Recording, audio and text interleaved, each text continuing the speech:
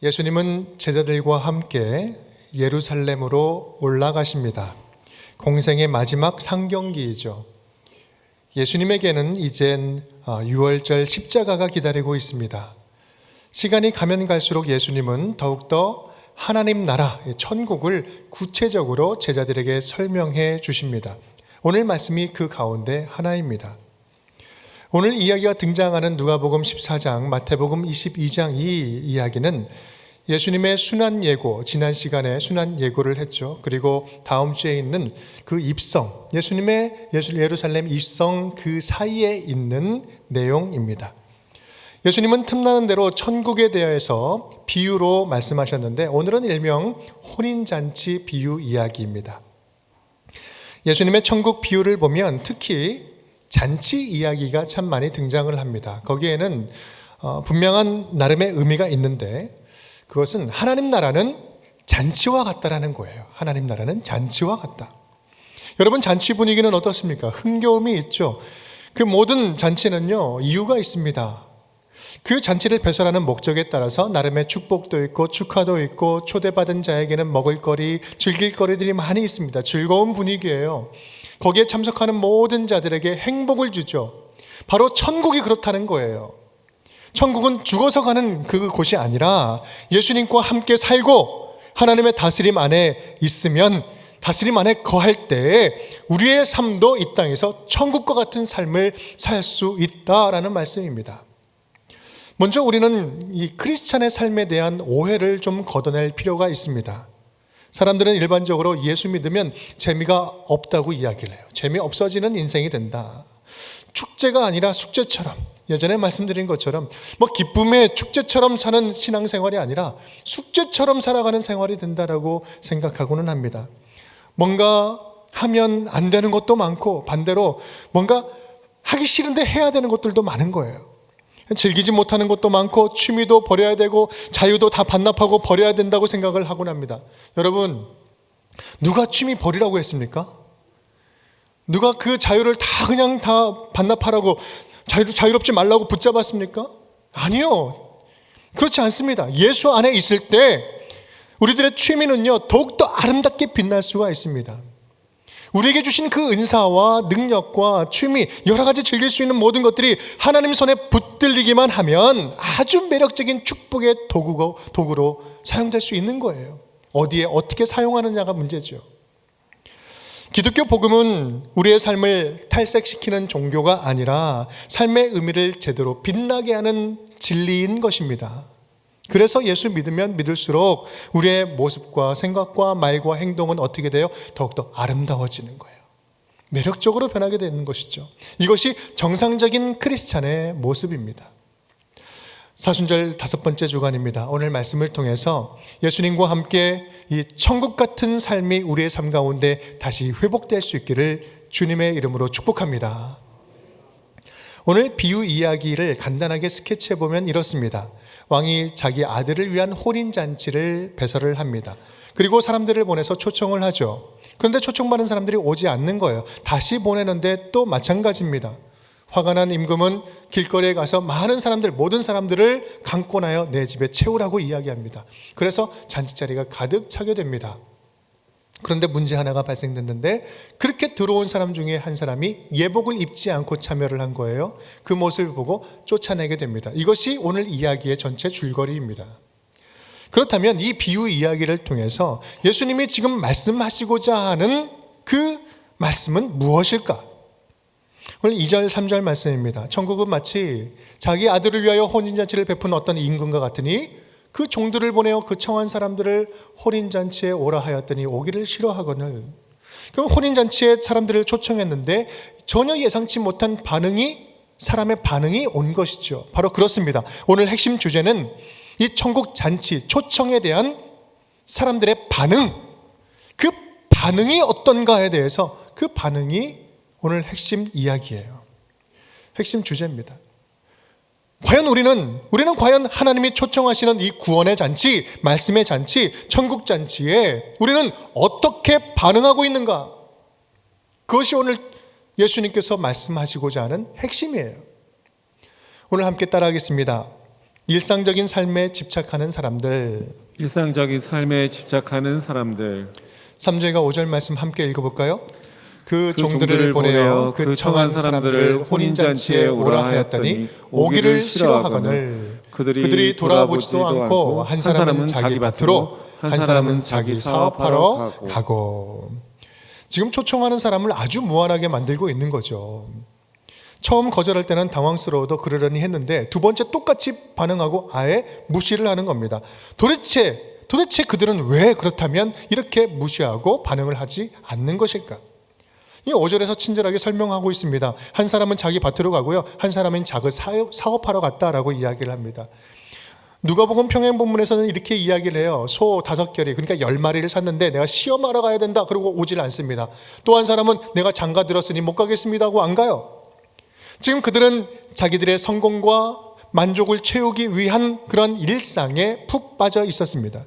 남의 잔치에 갈 만큼 여유도 있지 않고 그럴 마음도 없는 거예요. 왕의 잔치보다 자기 삶을 더 사랑하고 더 집착하고 더 몰두하고 있어요.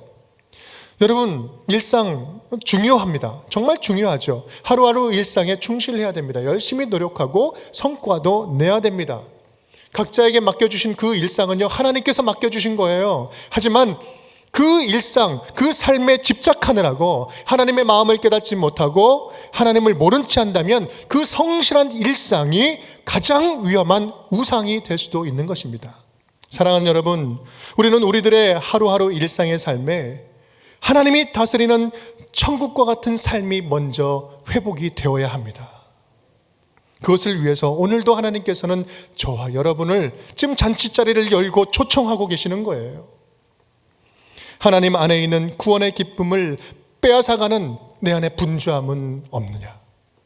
하나님 나라보다 먼저 구하고 있는 소원, 더 성공하고 싶은 그런 열심들, 하나님 나라보다 더 구하고 있는 것이 있느냐? 하나님의 기쁨보다 더 사모하는 즐거움, 세상의 기쁨이 천국 잔치를 못 누리도록 지금 발목을 붙잡고 있지 않느냐? 말씀보다 앞서는 분주한 일상은 없는지, 하나님보다 먼저 찾고 있는 나라는 없는지, 더 소망하는 기쁨은 없는지 다시 한번 우리의 믿음을 점검해 보아야 합니다. 그래서 다시 왕 되신 우리 주님과 함께 매일의 삶이 천국의 삶으로 회복될 수 있기를 간절히 바랍니다. 이것이 바로 첫 번째 반응, 일상에 빠져 있는 그 사람의 반응을 통해서 우리에게 주시는 도전의 말씀인 것입니다. 두 번째입니다. 함께 따라하겠습니다. 적극적으로 거부하고 핍박하는 사람들. 적극적으로 거부하고 핍박하는 사람들. 우리 6절 7절 말씀 함께 읽겠습니다. 그 남은 자들은 종들을 잡아 모욕하고 죽이니 임금이 노하여 군대를 보내어 그 살인한 자들을 진멸하고 그 동네를 불사르고. 아주 극단적인 표현들이죠. 잔치에 가기 싫다고 보낸 종들을 죽이기도 하고요, 또 안 온다고 군대를 보내서 진멸한다. 좀 심하죠. 하지만 이것이 비유이기 때문에 가능한 표현입니다. 그런데요, 이 비유임에도 불구하고 이 표현은 당시 역사적인 정황이 담겨져 있는 예언이기도 합니다. 문맥적으로 보면 초청받은 자들은 누굽니까? 유대인들이었어요. 유대인을 말하고 있습니다. 하나님의 선민이라고 자처하는 유대인들, 바리새인, 서기관, 종교인들이 대표적이죠.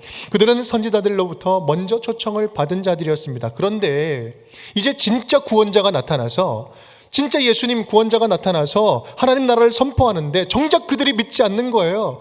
그들은 거부하는 거예요. 아니, 거부할 뿐만 아니라 적극적으로 잡아 죽이려고 핍박하는 것입니다. 마태복음 21장 그 앞장에서 이런 표현이 나와요. 대제사장들과 바리새인들이 예수의 비유를 듣고 자기들을 가리켜 말씀하신 줄을 알고, 자기들을 가리켜 말씀한 줄 알고 그때부터 일어나서 음모하고 적극적으로 죽이려고 움직이기 시작하는 거예요. 그런데 여러분, 이런 반응은 지금도 별반 다르지 않습니다. 예수 그리스도 십자가에 대한 반응은 지금도 별반 다르지 않아요. 오늘날 예수님을 괴롭게 하는 믿음은 무엇입니까? 어떤 믿음입니까? 예수님을 다시 고통스럽게 십자가에 못 박는 믿음, 그 믿음은 어떤 믿음이겠습니까? 그것은 바로 예수 그리스도의 십자가가 없는 믿음이에요. 십자가 없는 믿음이에요. 희생도 없고 부활도 없는 믿음을 이야기하는 거예요. 예수님과 함께 죽어야 예수님과 함께 다시 살아나는데 예수님을 따라 살지도 않고 죽어야 할 때 죽지도 않고 죽지 않으니까 부활도 없고 능력도 없고 형통만을 구하고 있는 거예요. 축복만을 구하는 믿음인 것이에요. 이 시대에 예수님을 괴롭게 하는 믿음은 다름이 아니에요. 적당히 믿는 거예요.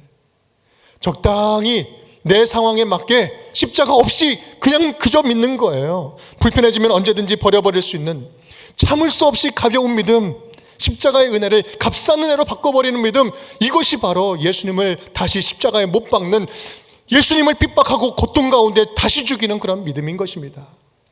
변질된 믿음이에요. 여러분, 우리는 핍박이라고 이야기하면 불신자들이 믿는 자들을 핍박하는 것을 생각합니다.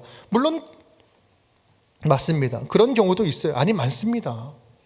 그런 핍박을 딛고 꿋꿋하게 신앙생활 하시는 여러분을 진심으로 위로하고 격려해 드립니다. 그런데요, 오늘 이 비유에 나오는 핍박하는 자들은 이미 임금을 알고 있었던 자들이에요. 이미 그 임금과 함께 살아가는 그 통치 안에 있었던 사람들이에요. 초청도 받았던 기존 종교인들을 말하고 있는 것입니다. 믿는다고는 하지만 예수 그리스도의 십자가는 따르지 않고 예수님과 동행하지 않는 거예요.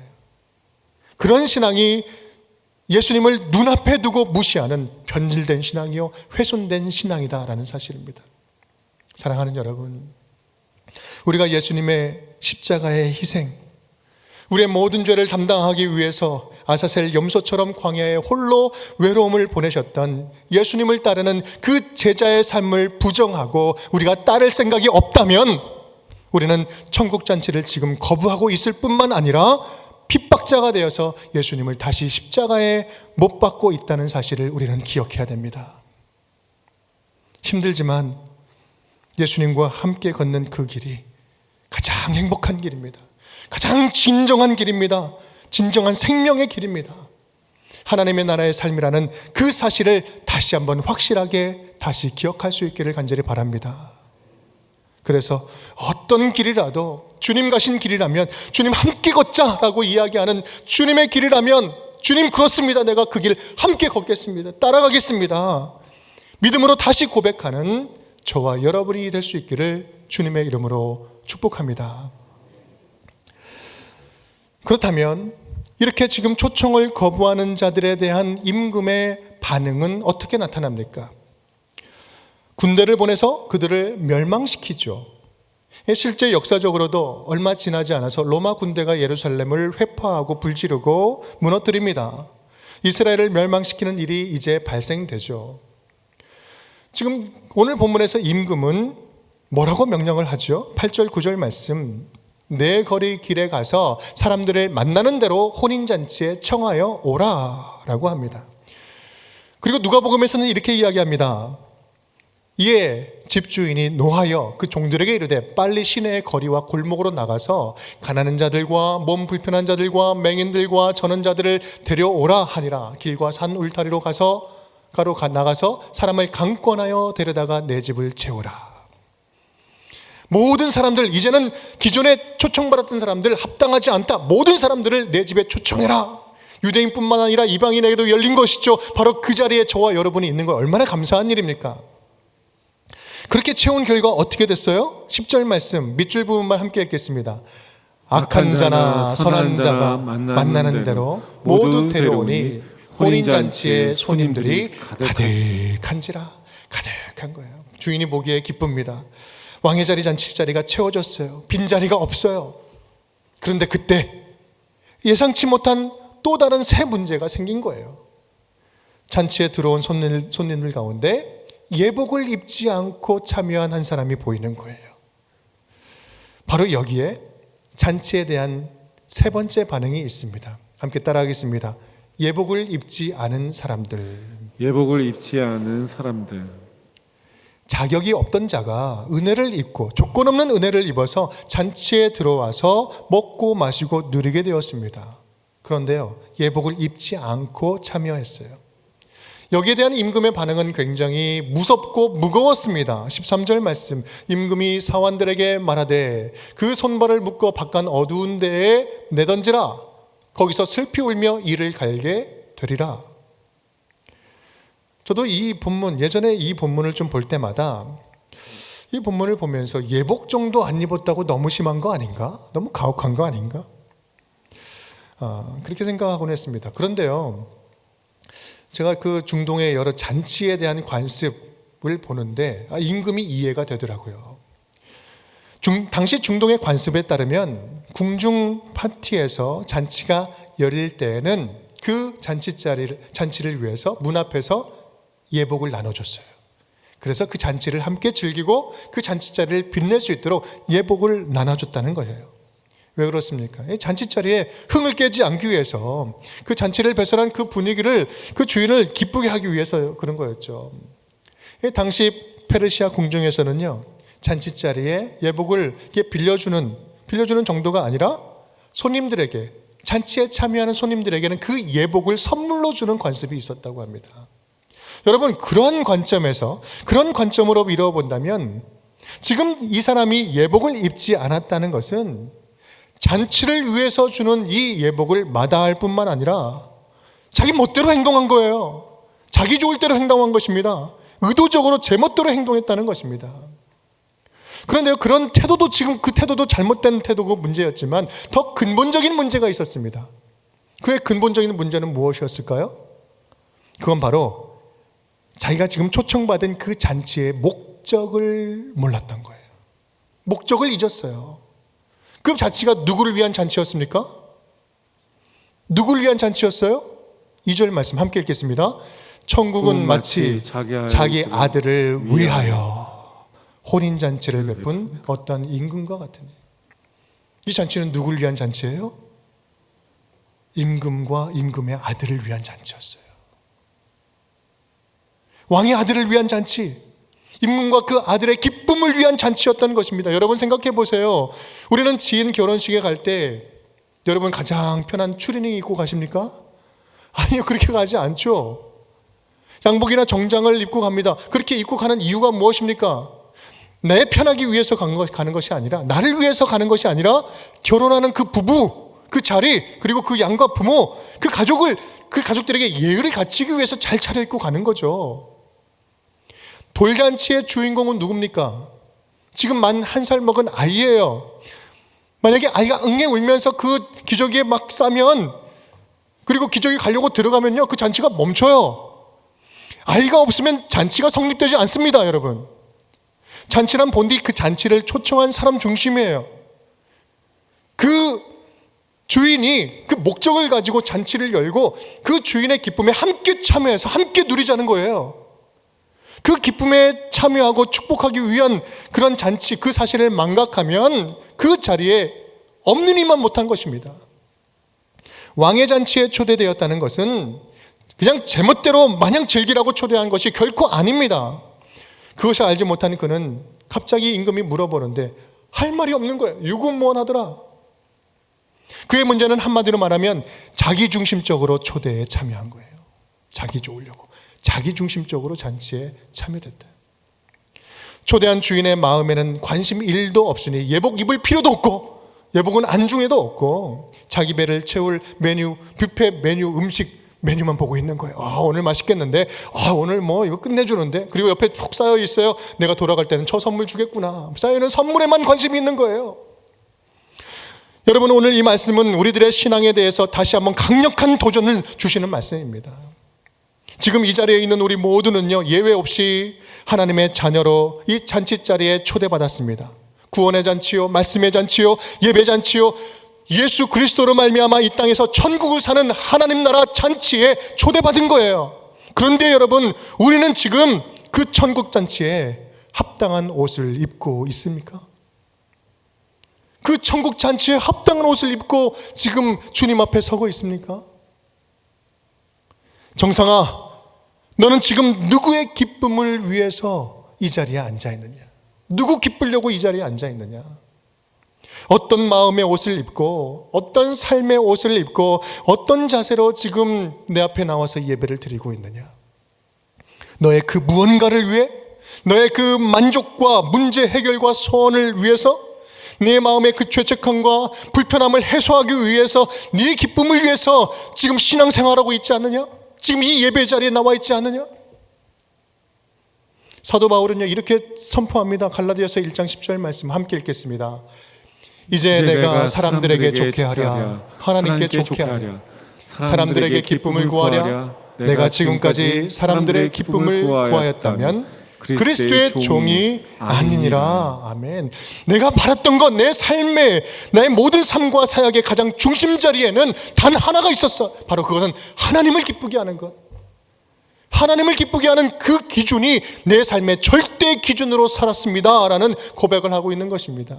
내가 원하는 것 한 가지, 주님의 기쁨이 되는 것. 믿음의 예복을 입지 않은 단 한 사람도 용납하지 않으시는 우리의 왕이신 하나님은 오늘 우리 모두가 하나님의 아들 예수 그리스도 그 안에 있는 구원의 기쁨에 진정으로 기쁨으로 감사함으로 참여하고 누리기를 간절히 원하신다는 사실이에요. 예수님 때문에 기쁘고 예수님의 기쁨을 드리고 하나님이 기뻐하시는 자리에서 우리도 함께 기뻐하는 거예요. 하나님의 기쁨이 우리의 기쁨이 되도록 그분 안에 참여하는 거예요. 들어가는 거예요. 교회가 하는 모든 일이 그리해야 됩니다. 오늘 예수님은 이렇게 말씀하면서 이야기를 맺으십니다. 함께 읽겠습니다. 청함을 받은 자는 많되 택함을 입은 자는 적으니라. 다시 한번. 청함을 받은 자는 많되 택함을 입은 자는 적으니라. 여러분, 이 말씀은요 자기가 입고 있던 헌 옷을 과감하게 벗어던지고 예수 그리스도로 새 옷을 갈아입는, 예수 그리스도로 새 옷을 갈아입은 자가 선택받은 자라는 거예요. 하나님의 자녀라는 거예요. 여러분, 이건 아주 중요한 신학적인 명제입니다. 하나님의 구원의 예정하심, 우리를 구원하기로 예정하셨다. 하나님의 자녀의 택하심, 그건 다른 게 아니에요. 바로 우리의 믿음의 반응이 곧 하나님의 택하심을 결정한다는 거예요. 우리의 믿음의 반응이. 하나님께서는 우리 모두에게 천국과 같은 삶을 누릴 수 있도록 구원을 선물로 주셨습니다. 구원을 선물로 모두에게 주셨어요. 에베소서 2장 8절 말씀, 너희는 그 은혜에 의하여 믿음으로 말미암아 구원을 받았으니 이것은 너희에게서 난 것이 아니요 하나님의 선물이라. 예수 그리스도는 모두에게 주셨어요. 다만 믿음으로 아멘하고 받는 자만이 구원을 얻는 그 놀라운 하나님의 선물 모두가 받았다는 거예요. 그런데 그 구원의 선물을 우리가 아멘하고 받지 않으면 어떻습니까? 받지 않으면 하나님의 그 예정과 택하심은 내게 아무런 효력이 없는 것입니다. 주님 초대에 적극적으로 감사와 사랑의 마음으로 반응할 수 있기를 간절히 축복합니다. 하나님이 기뻐하시는 것, 그것을 가장 먼저 선택하는 믿음의 반응이 있기를 간절히 원합니다. 그것이 오늘 예복에 담겨져 있는 의미인 것입니다. 오늘 이 질문으로 우리 모두가 좀 한 주간 묵상했으면 좋겠어요. 함께 한번 읽어볼까요? 나는 오늘 천국잔치에 참여할 예복을 입고 있는가? 예복을 입고 있는가? 예복은요 예수님의 복장이에요. 예복. 예수님 닮은 겸손의 예복, 순종의 예복, 감사의 예복, 사랑의 예복, 믿음의 예복, 우리가 같이 함께 갖추어 입고 매일 천국 같은 하루를 날마다 살 수 있기를 주님의 이름으로 축복합니다. 그래야 해서 사순절 5번째 주간 예수님을 더욱더 닮아가고 십자가의 길을 따라 걷는 운정의 모든 가족 식구들이 될 수 있기를 주님의 이름으로 축복합니다.